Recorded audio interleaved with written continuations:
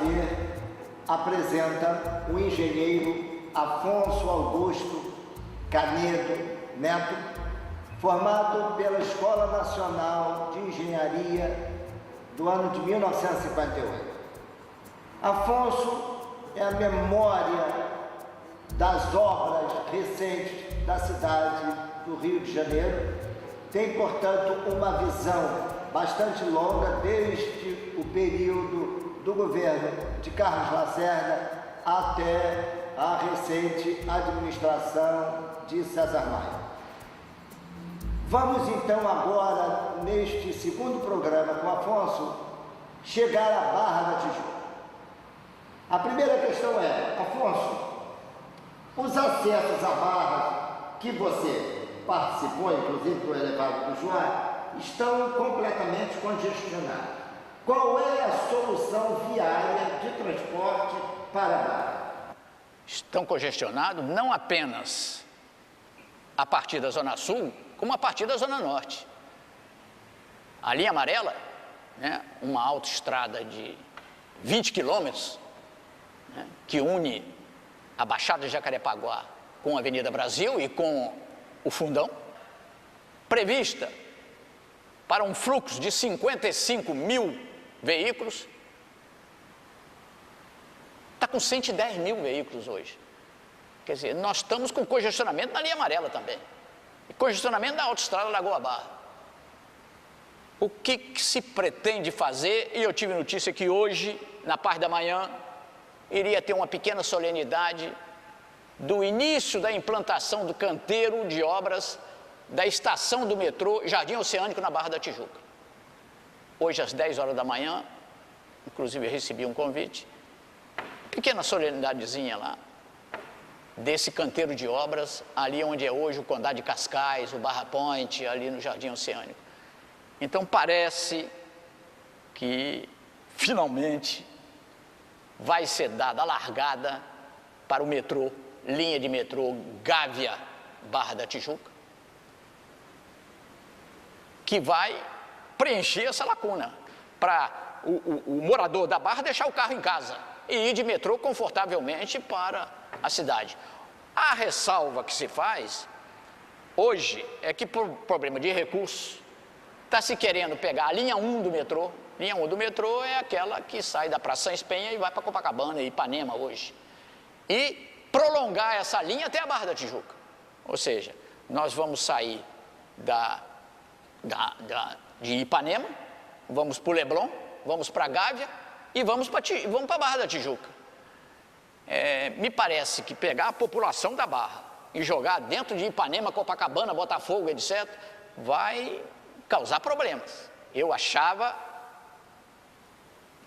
isso é sensibilidade de engenheiro, de projetista, né, um pouco ligado ao transportes e de morador da Barra, né? Eu achava que a ligação da Barra tinha que ser independente dessa ligação com a Zona Sul.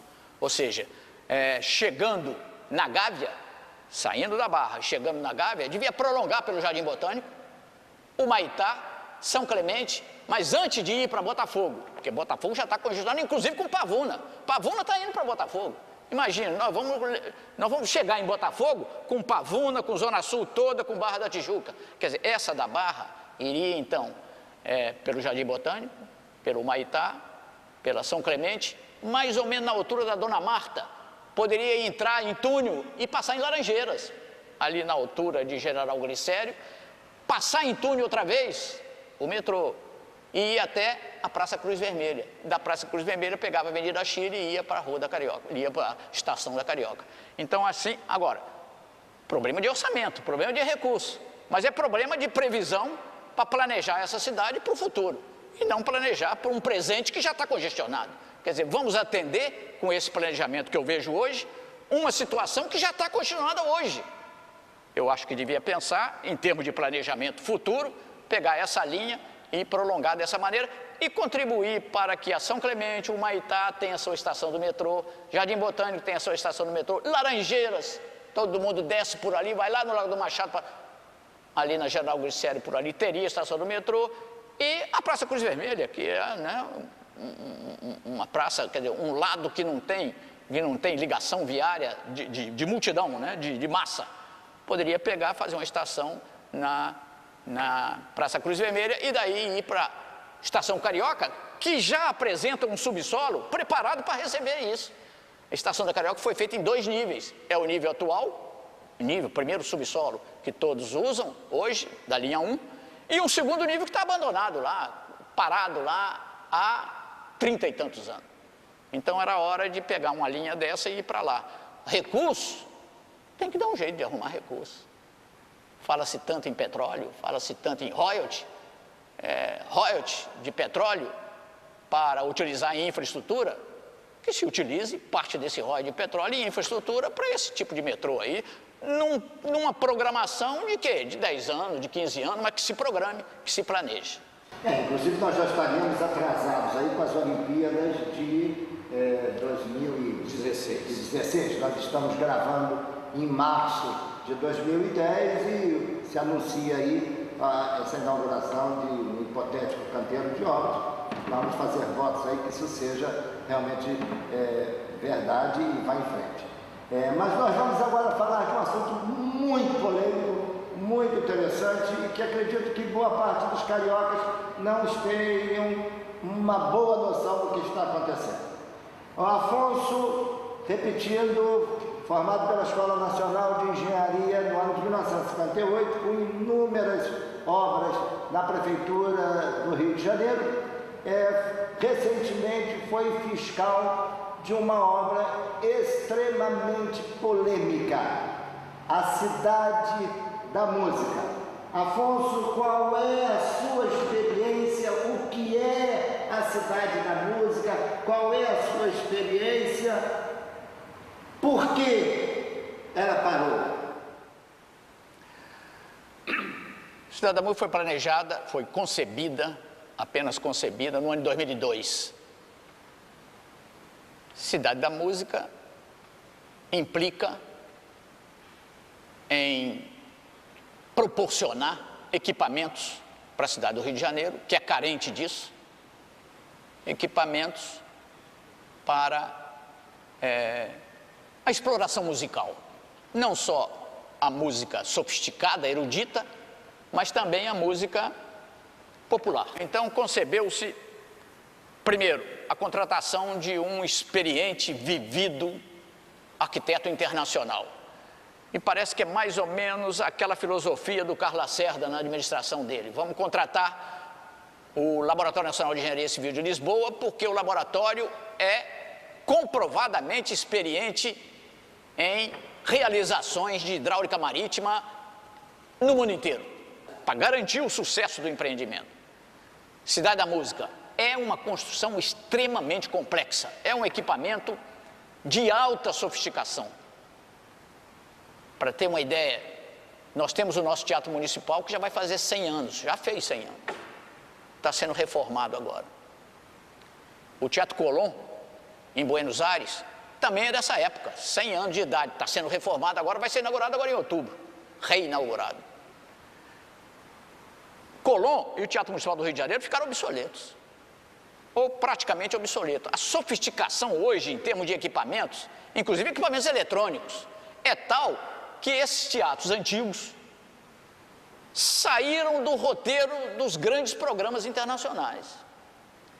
Então, o circuito internacional das grandes orquestras filarmônicas, sinfônicas, ópera, balé, não vem mais aqui. Ou vem muito pouco, ou vem e se expõe em, digamos, palcos limitados tecnicamente falando. Nós temos os nossos teatros valorizados como são, Teatro Municipal. Os teatros do mundo inteiro, o Scala de Milão é antigo, mas foi reformado e tal, continua. O teatro lá de Viena, o de São Petersburgo, esses teatros todos têm 150 anos e continuam. Mas hoje a sofisticação, principalmente eletrônica, é tal que proporciona recursos muito mais valiosos do que para os teatros mais antigos. Então, fez-se um contrato com o arquiteto Christian de Port-Sampac, que já estava fazendo a Opera House de Luxemburgo, fez a Cité de la Musique de Paris, fez a Cidadela lá de Bruxelas, enfim, tem uma experiência muito grande nisso tudo. Esse homem veio para cá, contratado pela administração passada, e contratado em 2002, e iniciou em 2003 o projeto dele. A grande dúvida era a localização no início. O que se percebe é que houve um consenso com relação a posicionar esse novo equipamento, Cidade da Música, na Barra da Tijuca. A Barra da Tijuca é mais ou menos a região central da cidade do Rio de Janeiro, né? O pessoal de Santa Cruz, de Campo Grande e tal, vem do oeste, e o pessoal aqui do leste vai para lá, e a população da Zona Norte, né, em distâncias razoavelmente pequenas, o que vem a favorecer. Escolheu-se, então, esse local para se implantar a Cidade da Música. Mas ela foi interrompida com severas acusações de caráter financeiro. Houve superfaturamento na Cidade da Música e até, melhor dizendo, houve malversação de verba, houve, a palavra que a gente tenta evitar, mas tem que ser feita, houve roubo? Não, absolutamente. Eu participei desde 2003, primeiro numa posição apenas de assessoria e a partir de 2005 gerenciando o contrato. 2005, 2006, 2007, 2008 eu gerenciei o contrato em loco. Absolutamente não há fundamento nessas acusações. O que há é o seguinte: a obra é complexa, sofisticada, nunca se fez coisa desse tipo no Brasil. O orçamento feito pela Rio Urbe, na época, em 2003, é um orçamento que não pôde contemplar todas as especificações que uma obra dessa exige. Eu tinha feito uma observação que os projetos do Niemeyer, de uma maneira geral, né, admiráveis, belíssimos na sua forma, são simétricos, eles se reproduzem, eles são modulados. A Cidade da Música é totalmente assimétrica, não tem nada igual. Mas foi dito o seguinte, que a Cidade da Música teria sido orçada em torno de 80 milhões e que depois ficou muito mais. Como é que é essa história? Porque para a cidade do Rio de Janeiro, para o carioca e para o eleitor, ficou assim como se houvesse alguma coisa desonesta nas obras da Cidade da Música. Isso é que foi vendido durante a campanha eleitoral. Houve desonestidade ou não houve desonestidade? Absolutamente não houve. O que houve foi um planejamento de execução em que dividia essa obra em 5 licitações. Obra demorada, 4 anos. Se faz uma licitação hoje para construir 4 anos depois, daqui a 4 anos tem problema de reajuste, tem problema... Enfim, fizemos progressivamente, programamos 5 licitações. A primeira delas só de estrutura, fundação e estrutura. Fundação e estrutura numa obra, seja qual for a obra, é no entorno de 20%, 25% do custo total. Então, essa licitação para se fazer a estrutura, nós orçamos em 2004, em 97 milhões. A firma empreiteira que ganhou, consórcio que ganhou por 80 milhões. Deu 17 milhões de abatimento. No final das contas, a estrutura saiu, aquele contrato, por 107 milhões. De qualquer maneira, o que se passou na imprensa é que a obra tinha sido ganha por 80 milhões. Obra de estrutura. Havia mais 4 licitações a seguir. Os acabamentos da Cidade da Música, a sofisticação de acústica, de ar-condicionado central, de energia, enfim, aqueles projetos complementares, aquilo tem um custo muito grande. Eu diria, entre 1/3 a 4/5 do total. Então, aqueles 80 milhões, que a gente tinha orçado em 97, aqueles 80 milhões era apenas para fazer uma parte da obra. E parece que se espalhou por aí, por mau entendimento, eu não sei exatamente por quê, que a obra toda ia ficar por 80 milhões. Não, apenas uma etapa que ia ficar por 80 milhões. E uma etapa prevista para ser entre 1/5 a 1/4 do valor da obra. A obra total, no final, depois dessas sucessivas licitações, incluindo o projeto de arquitetura, o acompanhamento da obra, as empresas de consultoria ligadas ao problema, todo esse custo de projeto, de acompanhamento de obra, ficou em 23 milhões. E a obra orçada, depois da última licitação, ficou em 480. Nós pagamos o projeto todo, 20 e poucos milhões, mais os projetos complementares, projeto de estrutura, elétrica, hidráulica, né, ar-condicionado, tudo isso. Pagamos isso tudo, 23 milhões ao todo. Pagamos dos 480 milhões de obra, 410, sobrou 86 milhões no final de 2008, que devolvemos ao Tesouro Municipal. Quer dizer, não conseguimos terminar. Sobrou 86 milhões. 86 milhões. É. E foram devolvidos? Foram devolvidos ao Tesouro Municipal. Ao município do Rio de Janeiro? Ao município do Rio de Janeiro. Ao prefeito? Ao prefeito, porque acabou o exercício. Para o exercício seguinte, e esse dinheiro? A nova administração, esse dinheiro, quer dizer, deve estar retornando para a obra agora. Né? Porque durante um ano, com as denúncias havidas de irregularidade por quê? Alguém fala, olha aí, era para ficar 80 milhões, ficou em 500. 80 milhões é uma etapa da obra. Né? 500 milhões a 5 etapas sucessivas, incluindo o projeto e tudo. Então, e as dificuldades todas que houve ao longo da obra de complementos orçamentários, complementações. Toda obra legalmente regulada, ela pode ter até 25% do contrato como uma complementação orçamentária, desde que justificado. Em todos esses contratos, nós justificamos as complementações orçamentárias direitinho. Olha aí, teve que reforçar a fundação, teve que na acústica aqui rever aquele processo, não sei o quê, teve que fazer... Então, teve vários imprevistos que não constavam no orçamento inicial.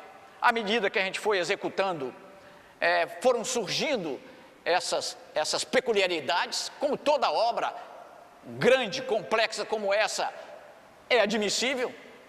Na linha amarela nós tivemos isso também, houve lá problemas, né? Problema de construção de viaduto em favela, por exemplo, né? Tivemos que mudar a metodologia, dentro da metodologia executiva, dentro da linha da Cidade da Música. Então há uma série de fatores que justificam o aumento ou as complementações orçamentárias que se fizeram necessárias ao longo do período.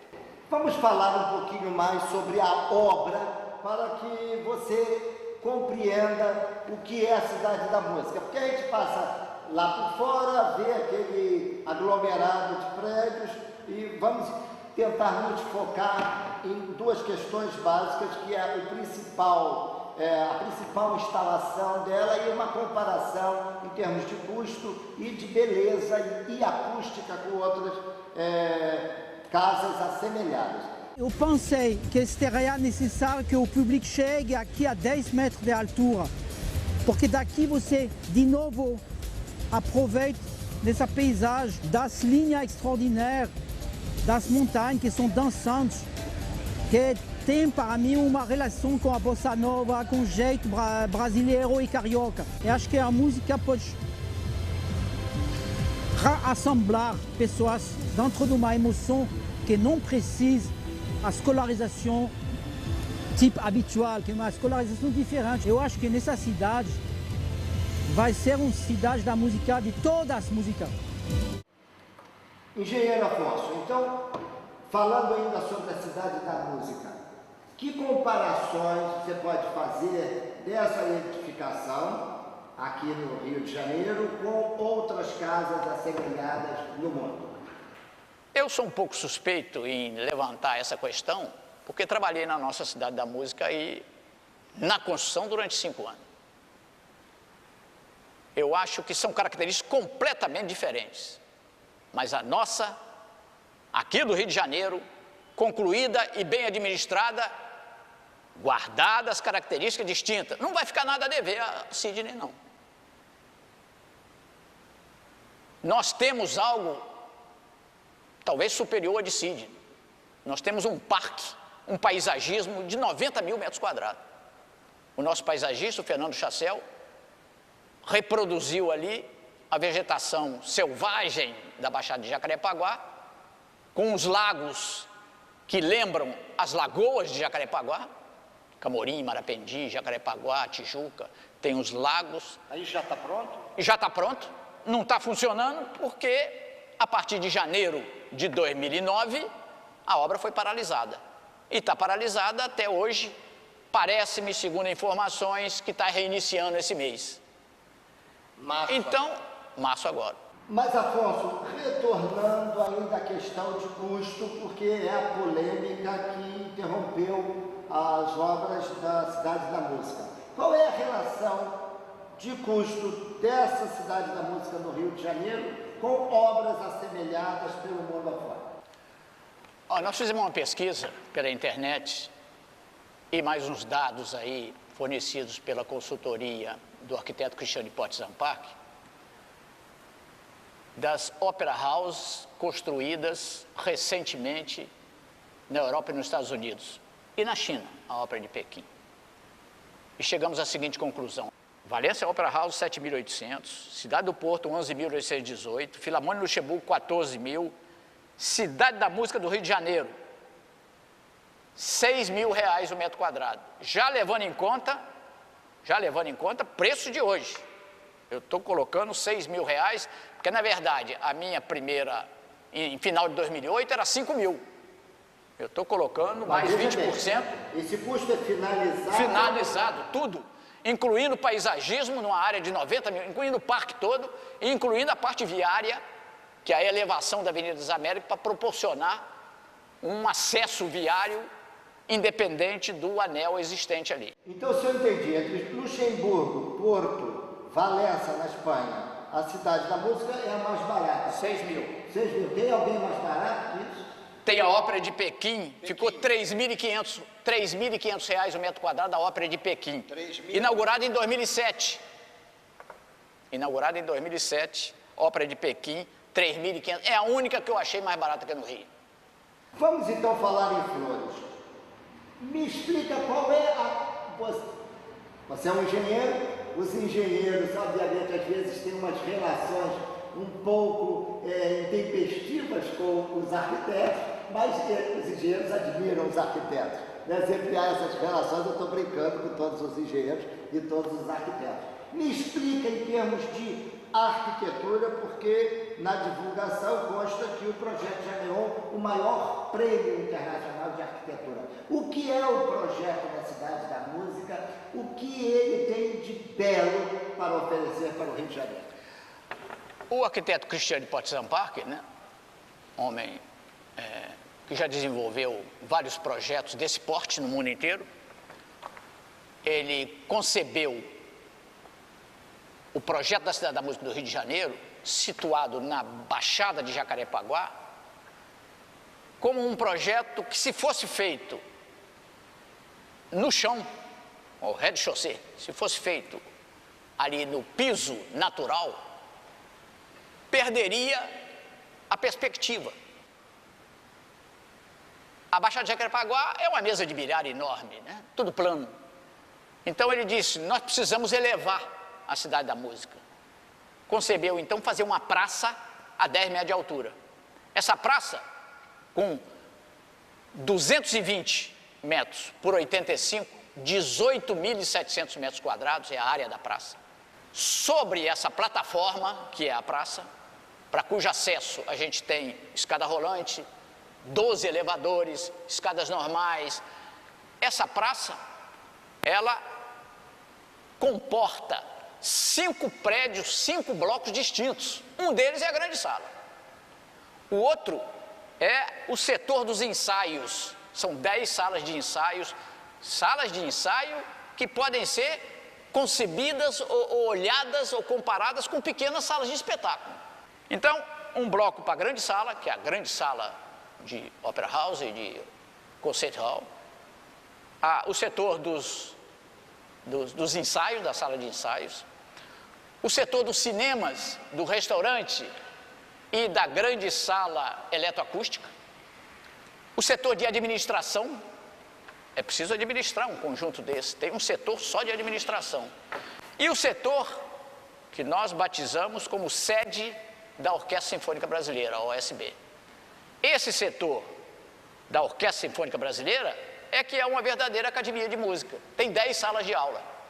Ali eu acho que pode ser proporcionado para as grandes vocações que eu sinto, talvez perdidas, né, nessa população do Rio de Janeiro, ou do Brasil de uma maneira geral.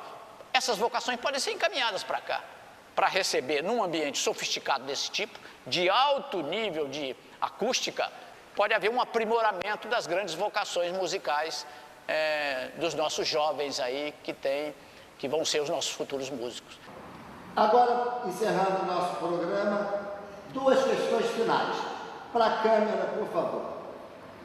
Que conselho você daria a um jovem que deseja ser engenheiro? E aí, mérito seja dado, o engenheiro correto, honesto, trabalhador que você foi e tem sido ao longo de toda a sua vida. Que conselho você daria a um menino que está hoje na tua escola, que hoje é chamada Escola Politécnica, a tua querida Escola Nacional de Engenharia?